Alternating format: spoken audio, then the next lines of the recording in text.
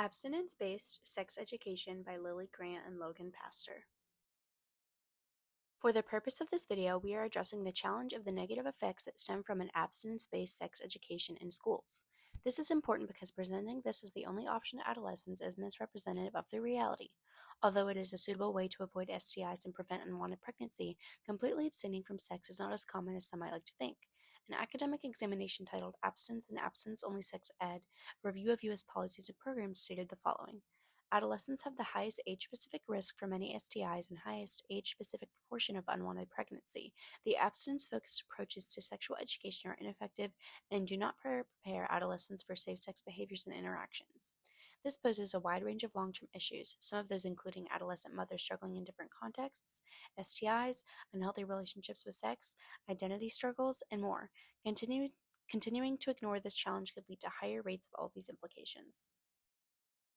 The intended audience for this video are the individuals in charge of planning and constructing the sexual education curriculum in American school systems. Additionally, federal policymakers should be aware of how restrictions on sexual education impact adolescents in America. This challenge impacts the people that sexual education curriculum designers and policymakers address because they make the decisions on what is to be taught by teachers to students. Inherently, these students grow up to become adults, and a lack of knowledge on how sex works and how to safely and healthily have sexual relationships can cause long-term issues. If these issues are not addressed, the rates of unwanted adolescent pregnancy and STI rates will continue to increase. Additionally, LGBTQ youth will not have any resources they need in order to understand the importance of safety and prioritizing health in regard to sexual encounters. By the end of this video, the audience will be able to understand the impact abstinence-based sexual education has on adolescents, the outcomes that will be prevented by shifting focus from abstinence-based sexual education, as well as the benefits of comprehensive sexual-based education. Next, we are going to discuss the effects on attitudes, well-being, physical health, and relationships that abstinence-based sex ed can have. One specific way that abstinence-based sex education can negatively impact an individual's well-being is by reinforcing the concept that abstinence is what protects individuals from sexual violence and rape. A study was conducted in 2020 to examine how sex education textbooks and curriculum might reinforce certain ideas regarding sexual violence. Ultimately, results show that this kind of messaging conveys a prominent element of fear surrounding sex, which is not ethical or a realistic approach. Promoting sex as fearful presents a false narrative. Consensual sexual relationships between individuals can actually bring a positive aspect to a relationship. Another harm that can be observed is false messaging on what consent is. The same study examined how some textbooks include language explaining how verbally saying no is what needs to be done in order to indicate that you are unwilling to participate or consenting to an encounter. However, this is not true. Not responding at all is an indicator that someone is not consenting to whatever might be occurring. If you are performing or making someone do certain things that they are not responding, that does not mean that they are consenting to those things. This language within the textbook can inflict harm because it might make some individuals think previous experiences were their fault because they did not say no. This inherently can create a poor relationship with sexual behaviors. Furthermore, this is harmful because it might convey to individuals who are acting on other individuals that they are enjoying what is happening because they are not objecting to it, which is not necessarily true. A third component of abstinence sexual education that is harmful is the reinforcement of the sexist concept that male sex drive is something to be idolized, while female sex drive is a taboo topic and abnormal. A piece of academic literature explored ethics, or lack thereof, in certain sexual education curriculum and found notes on this concept in its pillars.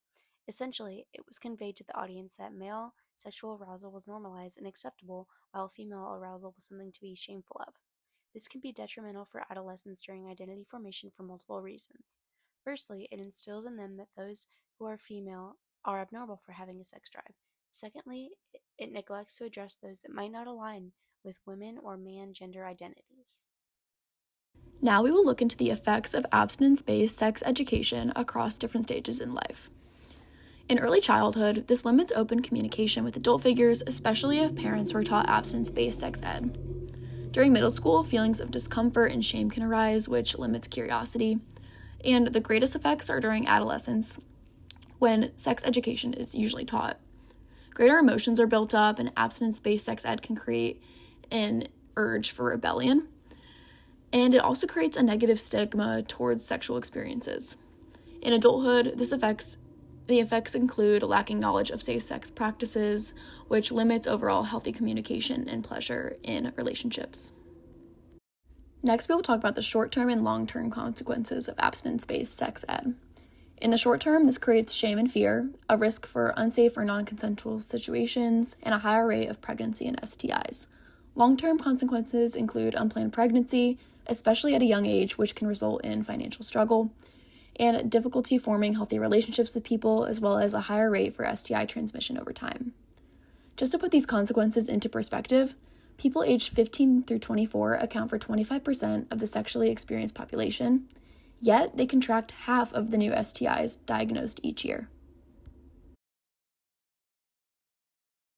The first intervention we explored was an academic literature review conducted to examine the long-term impacts of sex education. The main goal behind this study was to survey the effects of a comprehensive sexual education aside from mitigating STIs and unwanted pregnancies. Since the study collected information from a wide variety of previously conducted research and experiments, the target population varied. Some information gathered was from studies involving preschoolers, while others included data regarding high school students. To measure what was most effective, the individuals who conducted this literature review collected data from both quantitative and qualitative methods of research. This included information from interviews, observations, focus groups, and more. The findings behind this review concluded that CSE resulted in a more decreased prevalence of homophobia and homophobic bullying, appreciation of sexual diversity, increased partner violence prevention, and countless more. This demonstrates that the positive impacts, aside from decreases in STI rates and unwanted pregnancy, as explained by many studies, can result from CSE. Another intervention includes a study done testing the effectiveness of group-based comprehensive sex ed versus abstinence-based sex ed. There were 82 students studied in middle and high school of various races, gender, ages, relationship statuses, and socioeconomic backgrounds. Based on these findings, group-based comprehensive risk reduction was found to be an effective strategy to reduce adolescent pregnancy, HIV, and STIs. A third intervention study was done in Nepal that addresses the challenges with schools' sexual education and the lack of knowledge from teachers and the lack of communication from parents, which causes this overall disconnect. They gave 703 students in the 9th and 10th grades across 6 schools a questionnaire covering socioeconomic status, students' evaluation of their school-based sexual education, attitudes towards abstinence, and intentions for safe sex. Results suggested that a more comprehensive sexual education might improve students' attitudes towards safe sex. This also shows that parents need to increase their involvement in sex ed to meet child's needs.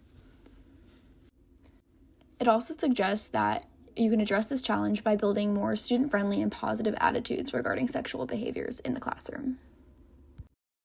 Based on our research, we think the most realistic and accessible intervention for you all is to implement the third intervention, implementing a comprehensive-based sex education and increasing parental awareness to address the disconnect of information and comfort at home. Some strengths to this approach includes teaching pleasurable experiences, increasing sexual well-being, reducing unsafe sex practices, increasing confidence to make informed decisions, and an increase in trust with parents. Some limitations include cultural resistance, teacher and parental discomfort, and generational gaps.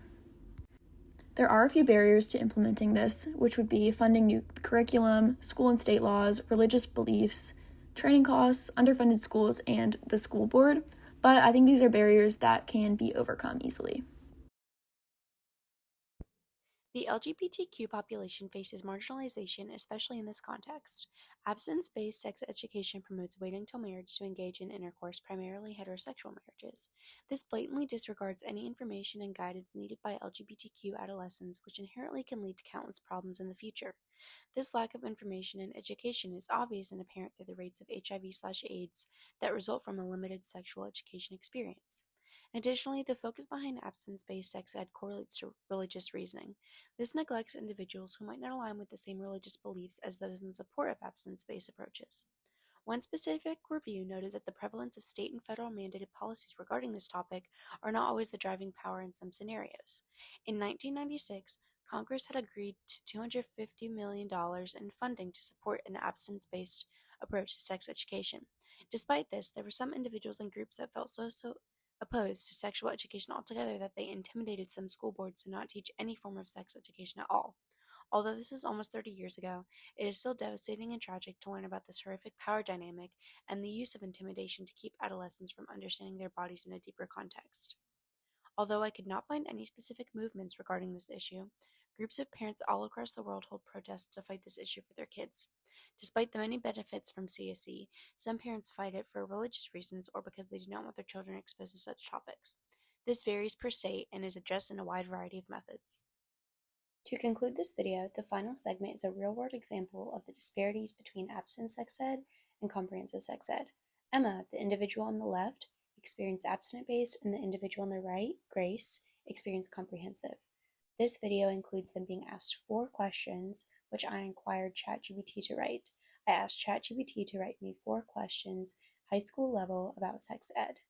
You can see clearly in this video that Emma, who experienced abstinence-based sex education, was not able to answer the questions as well as Grace was on the right, who experienced comprehensive.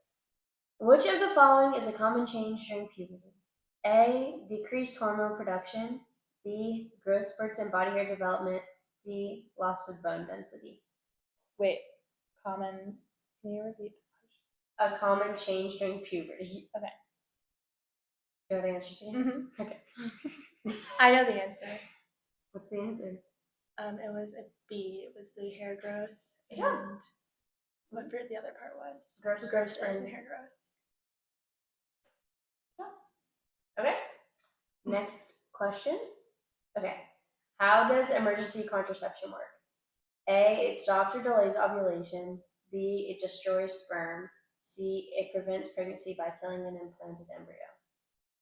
Oh, it was the first one, A. What is the only 100% effective way to prevent pregnancy and STIs? Abstinence. Yeah, girls. Good job. What is ovulation? A. The release of an egg from an ovary.